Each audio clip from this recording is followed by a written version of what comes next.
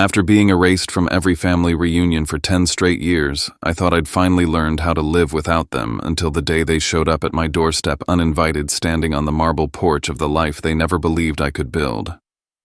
I remember the way my hand froze on the door handle, not from fear, but from a kind of quiet anger that had aged with me. When I opened the door and saw their faces expecting the same old version of me they used to ignore, I didn't raise my voice, I didn't break. I just said one sentence. And watching the color drain from their cheeks felt like watching a decade of wounds finally speak for themselves. My name is Austin Vale. And before I share everything that led to that moment, I'd love to know you're here with me listening. Just say listening in the comments or tell me where you are right now. I love seeing how far my story can reach. Sometimes even the smallest connection makes a story feel heard. Thank you. And now, here's my story. And if you haven't yet, hit that subscribe button so you don't miss the next chapter. It means more than you know, especially to someone who spent years feeling invisible. By the time my family finally showed up at my front door, faces pale and eyes wide, I'd already spent 10 years learning how to live like I didn't have one. That moment on the marble porch of my new life didn't come out of nowhere. It started on an ordinary Tuesday at 7:42 a.m., in my glass-walled office in Soma, San Francisco, with an email that looked harmless and felt like a punch. The subject line was bright and chirpy: Brooksvale Family Reunion, Carmel Weekend. I clicked it out of habit, not hope. The RSVP list was neatly laid out, every cousin, every in-law, every loud uncle accounted for. My name wasn't there. Again. 10 years in a row. I scrolled twice just to be sure, even though I already knew. The familiar hollowness settled in my chest, that numb space where disappointment had learned to sit quietly. My phone lit up before I could close the laptop. Mom flashed on the screen. I stared at it for a second, then picked up. Austin's sweetheart, she started using that soft tone she reserved for bad news. She wanted to sound reasonable. About the reunion. The house just doesn't have enough room this year. You know how crowded it gets. I could see the Carmel house in my mind, 4 bedrooms, a pull-out couch, a deck big enough for 3 families. Right, I said. No room. It was the 10th time I'd heard some version of that sentence. The words had been sanded smooth by repetition, but they still scraped going down. She kept talking about sleeping arrangements, kids needing space, how Rowan's twins were a handful. I let her talk until she ran out of justifications. Sure, Mom, I said finally. I understand. I hung up feeling anything but understanding. A buzz came a second later. Rowan, hey, Ori. I know this is awkward, but I hope you understand. It's just logistics. I stared at the screen at that word logistics and almost laughed. Rowan was the one who organized everything, the self-appointed COO of the family. If my name wasn't on the list, it wasn't an accident. I typed "no worries" and deleted it. I typed "I understand" and deleted that too. In the end, I didn't reply at all. Before I could toss my phone aside, it rang again. Danny's name popped up. I answered on the first ring. Let me guess, he said. You got the annual "no room at the inn" speech. I exhaled sharply through my nose. You betting on my trauma again? I told my coworker I had $20 on your mom using the exact same excuse. Don't make a liar out of me. His joke hit where it always did, that strange place between humor and hurt. You win, I said. She went with space this year. Classic. Man. He muttered, his voice softening. I'm sorry. Same people who raised you still don't see you. That's their loss, not yours. I stared out at the San Francisco skyline, the Bay Bridge cutting through a pale morning sky. Out there, I was Austin Vale, the guy with a corner office and a title that made LinkedIn jealous. In my family, I was the extra chair they kept in the garage just in case, but never brought inside. It's fine, I lied. I've got work. When the call ended, I leaned back in my chair and let my mind drag me somewhere I hadn't visited in a long time, the kitchen of the Carmel house 20 years earlier. I could smell the salt from the ocean and the butter from whatever my mom was burning in the oven. I was 10, standing on a step stool folding napkins into perfect triangles while laughter spilled in from the living room. Rowan's piano practice had been upgraded to a performance that night. The adults clapped every time she finished a piece, telling her she had real talent. Beck, younger than me but somehow always more important, was in the backyard with my stepdad Walter, learning how to throw a curveball for the big game that weekend. Every sound in that house had a direction. The music and the pride flowed toward Rowan. The cheers and the high fives flowed toward Beck. The only voice cutting into my space was my mother's floating in from the dining room. "Austin, keep those napkins neat. We don't have time to redo everything." My sketchbook lay open on the counter beside me, half a page filled with rough charcoal waves crashing against rocks. I'd asked earlier if I could bring it out onto the deck and draw the sunset.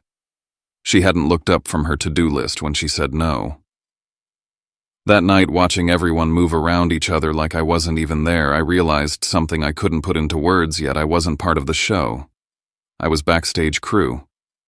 That memory faded as my inbox pinged again, dragging me back to the present. I closed the reunion email without responding. 10 years of the same rejection had taught me one thing: my family had never made room for me, not really.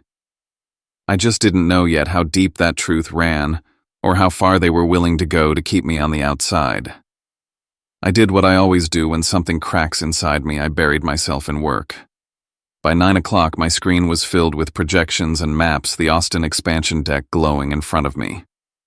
It was the biggest move our company had made in years, and I was the one in charge of making it make sense. Numbers were easy. They didn't pretend to love you while quietly pushing you away. Still, even cell formulas and growth charts couldn't drown out the echo of my mother's voice. I was so lost in it that I didn't notice someone standing in my doorway until I heard a soft knock on the glass. "You look like you're trying to kill that spreadsheet with your eyes," Theo said. He was in his late 50s, all silver hair and calm authority, the kind of man who made boardrooms go quiet without raising his voice. He'd been my mentor since my first year at the company. "Just fine-tuning the Austin models," I said, forcing a shrug. "Big week." Theo stepped in and closed the door behind him, then leaned against the frame with his arms crossed. "You know I've seen you present to a room full of investors without flinching," he said. "Today you look like you'd rather be anywhere but here. Talk to me." I stared at the slide in front of me, pretending to read a number I already knew by heart. "It's just family stuff," I said. "The reunion?" he asked almost casually. I glanced up, surprised. "You mentioned it once. Years ago," he added. "You were nervous about taking time off. Said it was a big deal for them to invite you." I let out a breath that sounded too close to a laugh. "Yeah, well, problem solved. They didn't." Theo's eyes softened. Still playing the no room in the house card, I nodded. Something in my chest tightened. He shook his head slowly. "You know you're not that kid in the kitchen anymore, right?" The image hit me so hard I didn't answer for a second. "What kid?" I asked, even though I knew. He lifted a shoulder, the one folding napkins while everyone else got applause. I don't know the details, but I've met enough people to recognize that look. For a moment, I couldn't speak. I hadn't told him that story. I hadn't told anyone. His words brushed against a scar I'd long pretended was just part of my skin. I swallowed. "Funny thing is," I said quietly, "they've managed to make me feel like that kid for a decade without even seeing me." Theo nodded once, like he understood more than I was saying. "Handle what you need to handle," he said. "But don't let people who never checked your homework be the ones who grade your life." When he left, I sat there with my palms pressed flat to the desk, heart pacing. I needed air and I needed answers. Maybe that's why I did what I did next. It started as a distraction. I opened a browser tab and typed Monterey County property tax search like it was nothing. I had checked in on the Carmel house before, just out of a morbid habit, but never dug too deep. This time something in me pushed further. Parcel number, owner name, assessed value. It was all public if you knew where to look. I scrolled, and that's when I saw it. 3 years of unpaid property taxes, 2 separate liens, a bright red status flag, at risk of default.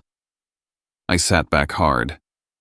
So while they'd been hosting reunions and telling me there wasn't enough space, the house itself had been sinking. I clicked deeper. Mortgage records, refinances, dates. They'd taken out a second loan against the house, then another. The numbers weren't small. The interest rates were ugly. My family, who loved to lecture me about stability and being responsible, had been playing financial roulette with the only real asset they had left, and somehow I was the only one who seemed to notice. My throat felt dry. I kept digging until I hit a scan from the county's legal office meeting notes from a call I wasn't on but probably should have been. One line near the bottom froze me. Family prefers to handle matter internally. Suggests avoiding involvement of Austin in financial discussions. Avoiding involvement of Austin. It was right there in black and white, a neat explanation for 10 years of polite exclusion. They hadn't kept me away to save space. They'd kept me away from the truth. For a long minute I just stared at that sentence, waiting for the anger to hit. It didn't. What came instead was something colder, heavier. A kind of clarity. All those years I'd wondered what was wrong with me, what made me so easy to leave out. Turned out the only thing they were trying to protect wasn't my feelings. It was their mess. I opened a new file and pulled up the form I'd used 100 times in deals for other people and offered a purchase in the name of a holding company. Vale Horizons LLC had been an idea for a future venture, a shell waiting for a purpose. Now it had one. I filled in the parcel number, the address I knew by heart, the offer price that would cover the debts, and then some. My hands didn't shake. If anything, they felt steadier than they had all morning. I didn't call Danny. I didn't run it by Theo. I didn't tell anyone. For once, this wasn't about a board or a team or consensus. It was about me reclaiming a place that had never wanted me but had shaped me anyway. 2 weeks later, I stood in the living room of the Carmel house as its legal owner. The truss beams above me were water-stained. The deck railing was rotting. The old piano in the corner was out of tune. The air smelled like dust and salt and something else, maybe the ghost of every version of me that had stood here trying to be seen. Outside, the ocean roared against the rocks like it always had, indifferent. I listened to it and made myself a promise this house would no longer be the stage for my humiliation. It would not be the backdrop for reunions I wasn't invited to. Whatever happened next, this place would not be where they erased me anymore. I had no idea that signing those papers was the first move in a war my family didn't even know we were in yet. After I signed the papers and the Carmel house legally became mine, I kept digging into the family's finances the same way a surgeon keeps checking for hidden bleeding after the operation. I told myself it was just to understand what I had gotten into, but the truth was simpler and heavier. I needed to know how deep the silence went. My parents had always presented themselves as the kind of people who managed their affairs well, the kind who lectured me on responsibility and financial literacy whenever I made a decision they didn't approve of. But the more I opened the files, the more the ground shifted. Nestled between the tax lines and overdue statements were transactions I didn't recognize, charges that didn't match the household expenses I remembered. Credit lines opened in different years, payments made inconsistently, amounts that were small on their own but alarming when added together. It felt like cracking open a door and discovering a room I never knew existed. As I scrolled through the scans, a memory I hadn't thought about in years rose up sharply. My high school graduation. I could still feel the late afternoon sun beating down on the football field, the scratchy gown sticking to my neck, the sound of hundreds of families cheering as names were called. When mine was announced, I looked into the bleachers out of instinct, expecting anything. But the space where my family should have been was empty. Later, I learned they had chosen to go to Beck's baseball game instead. He needed us more, my mother had said. I'd nodded like I understood, but standing alone on that field with my diploma in hand taught me a truth I didn't have words for. At 17, their silence wasn't incidental. It was deliberate, a choice. That same silence echoed now as I clicked through the financial records. One document hit harder than the rest, a stack of overdue notices tied to personal loans under my mother's name taken to bail Beck out of business attempts that had gone nowhere. The dates stretched back over several years, countless attempts to patch holes in a sinking ship. Every holiday, every time they had told me they were fine, every time they insisted I didn't need to worry, they had been lying. And worse, they'd been lying not to protect me, but to keep me out of it. I sat back in my chair staring at the total amount they owed, realizing it was precisely the kind of debt that could destroy a family home. They had let the Carmel house decay not from neglect but from decisions they made and didn't want me to know about. Another file sat quietly in the digital folder, almost too neat. The title alone made my stomach drop. Family Property Management Authorization. It was a scanned copy of a document Rowan had signed 3 years earlier, placing her as the point of contact for all decisions related to the house. I clicked it open and read line after line until my eyes reached the sentence that explained everything: request to consolidate family communication, streamline decision-making by reducing the number of participants involved. Beneath it, handwritten in a rushed, slanted script, was a note: exclude Austin from all internal meetings. My hands tightened around the edge of my desk. It wasn't an accident. It wasn't forgetfulness. They had carved me out, intentionally. The discovery peeled back another memory, one that lived in the walls of the Carmel house itself. I was 13, lying awake in the small upstairs bedroom that smelled like sun-dried wood and sea air. Waves crashed against the rocks outside, steady and indifferent. I heard laughter drifting up from downstairs, Rowan showing off a piano piece, Beck bragging about making the all-star team, my mother fussing over them both. I waited for someone to call my name, to ask where I was, to notice the quiet. No one did. That night I stared at the ceiling until it blurred, realizing for the first time that being forgotten hurt differently than being ignored. Forgotten meant they had already adjusted to my absence. Standing in the Carmel living room years later, the surf pounding outside the windows, I realized that ache had never left me. It had simply changed shape. I walked to the large window overlooking the beach, letting the cold air from a crack in the frame touch my skin. They didn't just forget me, I murmured. They erased me. The house creaked faintly as if agreeing. The silence inside wasn't empty, it was purposeful. The truth was finally clear: I had never been left out by mistake. I had been removed, and now that I knew, everything that followed would be different. I flew back to San Francisco the next morning, determined to bury myself in work again. The Austin expansion demanded my attention, and focusing on logistics felt safer than wading through the emotional wreckage I'd uncovered.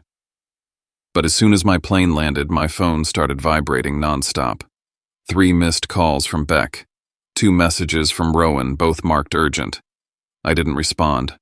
They hadn't shown urgency in 10 years. Whatever suddenly mattered to them could wait until I found clarity. But clarity wasn't something they intended to give me. When I stepped into the lobby of my office, the receptionist gave me a strained smile and pointed toward the conference room. "Your family is here," she whispered, as if announcing an evacuation. I walked down the hallway and saw them through the glass, my mother sitting rigid in her chair, Rowan pacing with a stack of papers in her hand, and Beck staring at the table like he was waiting for a verdict. For a moment, I just watched them, noting how out of place they looked in the polished space where I spent most of my life. The moment I walked in, Rowan blurted, "You need to stop this." No greeting, no explanation, just a command. She shoved the papers into my hands, printouts of the property transfer, the liens I had paid off, the deed now under Vail Horizons. "Transfer it back," she said. "This isn't right." I let her words hang there before responding. "What part?" I asked. "The part where I saved the house you were about to lose, or the part where no one thought to tell me?" My mother leaned forward, her voice rising. "You had no right, Austin. That house is all we have left. You exploited us when we were vulnerable." I almost laughed at the absurdity. "Exploited," I repeated. 3 years of unpaid taxes, 2 loans, not a single word to me. You didn't lose the house because of me. You lost it long before I stepped in." My mother's face went pale, and for the first time I saw fear flicker in her eyes. Before she could respond, Beck cleared his throat. His voice was thin. "It was me," he said. "The second loan, and the business stuff. I didn't tell anyone. I thought I could fix it before it became a problem." I stared at him. Beck had always been the golden boy, the one who got second, third, fourth chances. "And Mom knew?" I asked softly. She closed her eyes. "That told me everything." "I didn't want you to look down on him," she whispered. The irony was almost suffocating. So you hid it from me, I said. All of it. For years. She nodded, unable to meet my eyes. I exhaled slowly, the truth tightening around my ribs like a belt. That's why I wasn't included, I said. Not because there was no room. Because you didn't want me knowing what you were doing. Rowan stepped between us, then her face flushed. I signed paperwork to manage the property. I suggested keeping you out of the meetings. You always question everything, Austin. You complicate things. She said it like it was a flaw, like being cautious was the reason they'd failed. My head felt strangely clear as I looked at all three of them. If you wanted me gone, you should have just said it, I said calmly. You didn't have to hide behind excuses. My mother leaned forward, desperation replacing anger. We need you to keep this quiet, she said. If people find out, it will ruin us. That was the moment something inside me shifted for good. I'm not the one who ruined anything, I said. And I'm not carrying the weight of your choices anymore. I stood gathering the papers.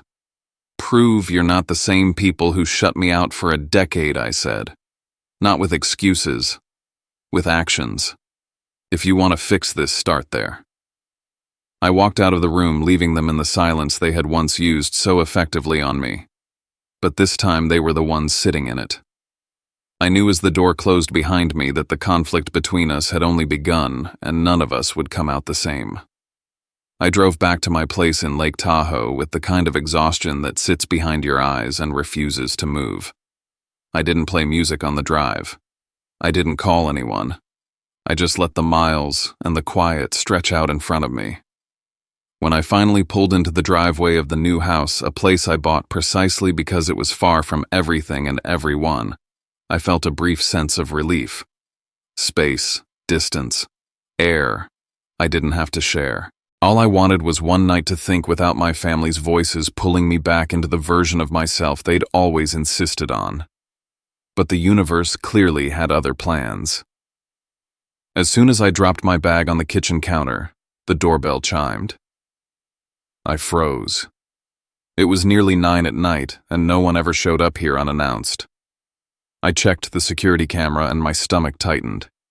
All three of them stood on the porch, my mother, Rowan, and Beck, each holding luggage, looking like they'd run out of places to go. 3 hours earlier, they'd been in my office telling me to undo everything I'd done. Now they were at my door, faces, tight eyes, uncertain, as if expecting me to be grateful for the surprise. I opened the door slowly. You're here, I said, my voice steady.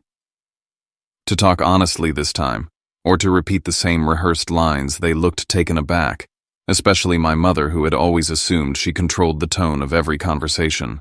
They stepped inside, and suddenly the house felt even larger. The floor-to-ceiling windows, the open layout, the quiet elegance, they all seemed to make my family smaller, not me. For once, I wasn't the one shrinking. Rowan wandered into my office and stared at the wall of screens, the polished desk, the plaques I never talked about. You work like this every day, she asked softly. I didn't turn toward her. Every day. My mother stood near the staircase, taking everything in as if she were seeing me for the first time. Why didn't you tell us you'd built all this? I looked at her and said the simplest truth. You never asked. She winced, but not enough to look away.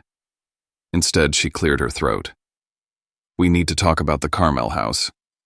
She spoke carefully now, choosing each word like it mattered. If you transfer the ownership back, we can discuss you joining us for reunion again. The offer landed in the room like a cold draft. I let out a slow breath. So it's a negotiation, I said.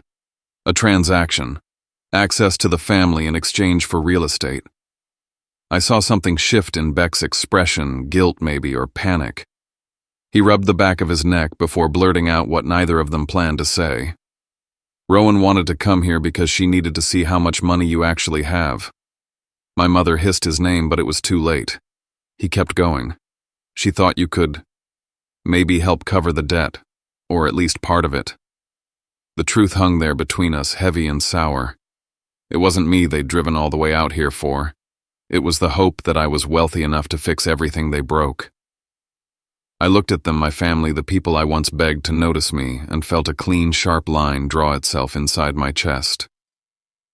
"I'm not your rescue plan," I said quietly, "and showing up at my door doesn't erase 10 years of shutting me out." My mother stepped forward, reaching for my arm like she used to when I was a child. "We're trying to make things right," she said. I didn't move and she let her hand fall. "Making things right starts with honesty," I said, "not demands, not conditions." We ended up in the living room, my family on the couch looking small and out of place while I stood across from them. It struck me how different this was from every argument we'd had in the past. They weren't in control here. They weren't even close. They didn't have a single piece of leverage left except guilt, and I'd finally outgrown that too.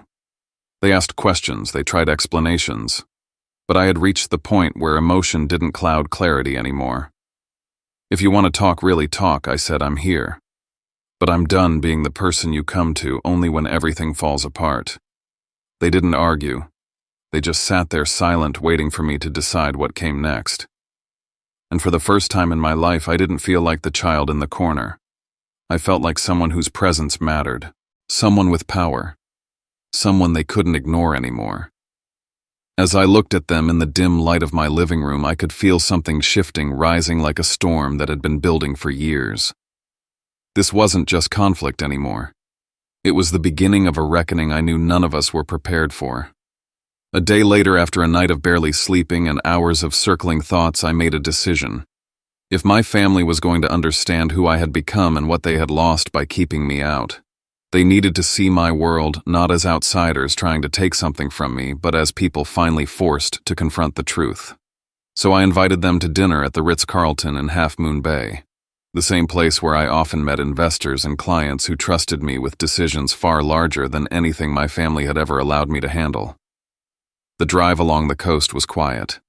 The hotel rose from the cliffs like something pulled from a postcard, all stone and glass and evening light. Inside the dining room, the chandeliers glowed softly above white tablecloths and tall windows that framed the ocean.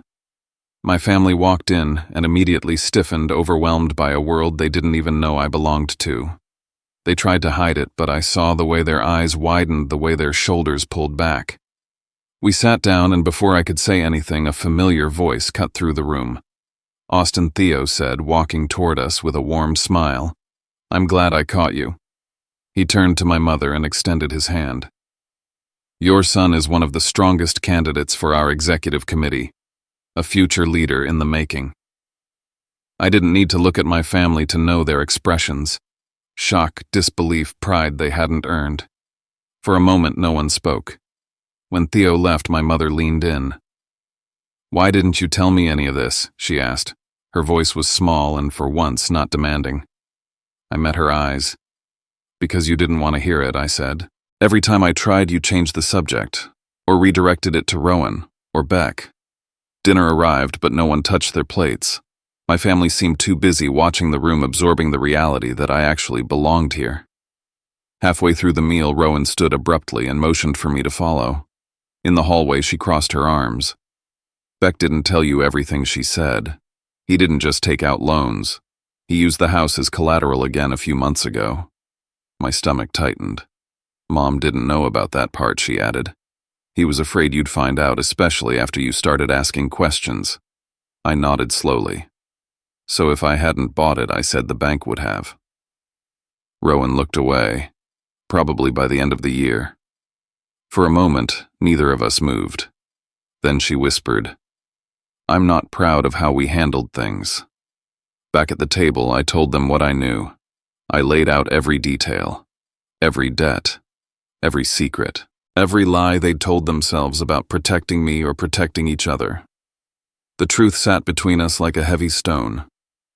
My mother put her fork down and pressed a hand to her chest. "I didn't keep you out because I didn't care," she said. "I kept you out because I knew how capable you were. I thought if you got involved, everything you touched would outshine your brother and sister. I couldn't risk breaking the balance." Her words hit harder than any accusation she'd thrown at me. The balance. The idea that I needed to dim so they could shine. I felt anger rise, but beneath it was something older, a grief I'd been carrying since childhood. "I spent 30 years trying to earn a place you'd already decided I couldn't have," I said quietly. No one spoke after that. The silence wasn't dismissive this time. It was stunned. Exposed.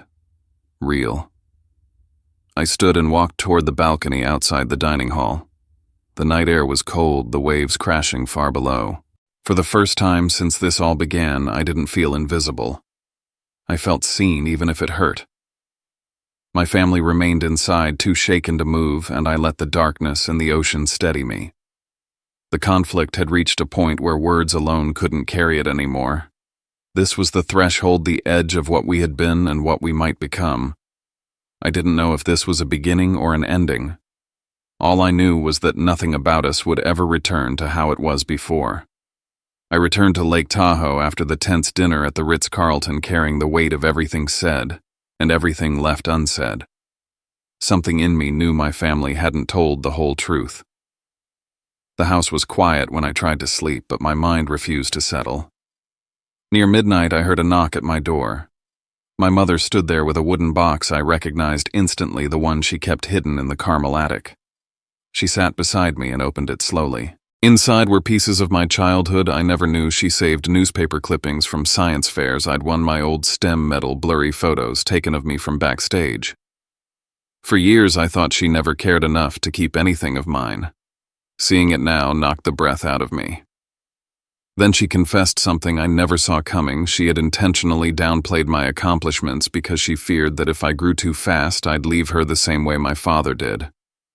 I felt the floor shift. All my life I thought he'd left because of me, because I wasn't enough.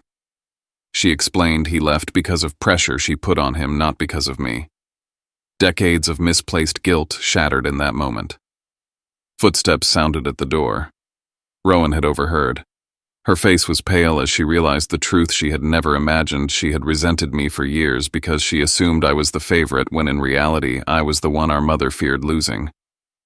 "I wasn't angry at you," she said quietly. "I was angry at a story I made up." For the first time, we stood face to face, without hostility, only hurt and understanding. My mother reached for my hand, asking for forgiveness. She admitted she didn't deserve yet. "I want to fix this," she said. "I'm ready to change." I told her forgiveness couldn't come overnight. If they wanted a place in my life, it had to be earned through actions, not promises. Later, alone on the balcony overlooking the still lake, I felt myself standing at a crossroads: remain alone or give them one final chance to meet me where I truly was. Morning sunlight filled the Tahoe house as I packed for Austin, where I was set to take on my new role as Regional Strategy Director. It was the biggest step of my career, one I fought for alone. When I came downstairs, my family waited in the entryway, quieter and more subdued than I had ever seen them. Rowan approached first, handing me the authorization papers she once used to cut me out of family decisions. "If you'll have me, I want you involved, really involved. No more hiding, no more control." Beck stepped forward next. He admitted the debt was worse than what I had discovered, and said he wasn't asking for money, only guidance to rebuild without leaning on anyone. It was the first real accountability I'd ever heard from him. Then my mother placed the old Carmel key in my hand. "The house is yours," she said softly. "Whatever you choose to do with it, we'll respect." It wasn't a negotiation. It was acceptance, finally. I told them I would keep the house, but not as a symbol of exclusion. I'd keep it as a place to start over on my terms. And I added one condition: reunions from now on would alternate between Austin and Carmel. If they wanted me in the family, they had to step into my world the same way they expected me to step into theirs. To my surprise, they all agreed immediately. No pushback, no bargaining, just sincerity. When I loaded my suitcase into the car, they walked beside me, not ahead, not behind, but beside. For the first time, we stood on level ground. As I drove away, looking one last time at the Tahoe house glowing in the morning light, I realized I didn't know exactly what the future held for us. But the difference now was simple and profound. For the first time in 30 years, the choice was mine. I headed toward Austin with both old memories and a new beginning, one I had opened for myself. As the road opened in front of me, I realized something I had never allowed myself to believe before: healing doesn't always come from grand gestures. Sometimes it comes from the quiet decision to stop carrying what was never yours. My family wasn't suddenly perfect, and the past didn't disappear. But for the first time, I wasn't walking toward my future with my head turned backward. I was driving toward a life I built on ground I earned with boundaries I finally understood how to protect. And maybe that's the real lesson here. You can't choose the family you're born into, but you can choose the role you play in your own story. You can choose what to hold on to, what to release, and when to open the door to something better, even if it means opening it alone. If you're listening right now, wherever you are, maybe in your room on a late-night drive or sitting somewhere quiet, I'd love to know you're here with me. Drop a simple listening in the comments, or tell me where you're tuning in from. I read every message, and it means more than you think. And if this story resonated with you, if it made you feel seen in any way, don't forget to subscribe so you don't miss the next chapter.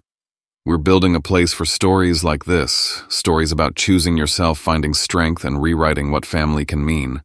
Thank you for being here. It matters, more than you know.